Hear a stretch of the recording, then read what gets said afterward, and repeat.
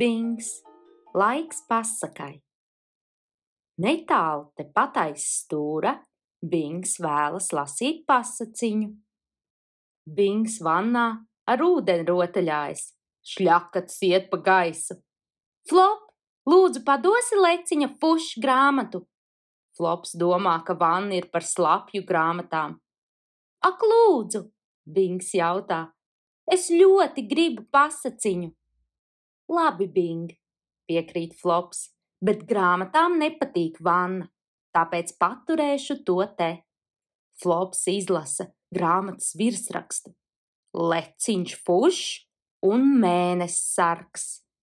Jā, leciņš fušs, Bings nopriecājas un netīšām nošļaksta grāmatu. Flops noslauk ūdenslāses no grāmatas un sāk lasīt. Leciņš fušs gulēja savā šūpuļtīklā. Nožāvājās, kad viņš izdzirdēja raudas. Pasakai turpinoties, Binga šļakatas vannojoties paliek arvien lielākas un lielākas. Pēc vienas pavisam lielas šļakatas Bings izrāps no vannas un dvielī noslaukās. Bings turpina pasaku. Leciņš domā, ka zvaigznes raud. Flop, bet tas izrādās ir mēnesis. Leciņam jātaisa fušs uz mēnesi. Leciņš iesprūst pērkona mākonī un paliek pavisam slapšs.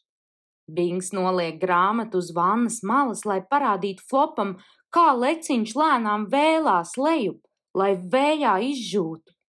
Vējš pūta.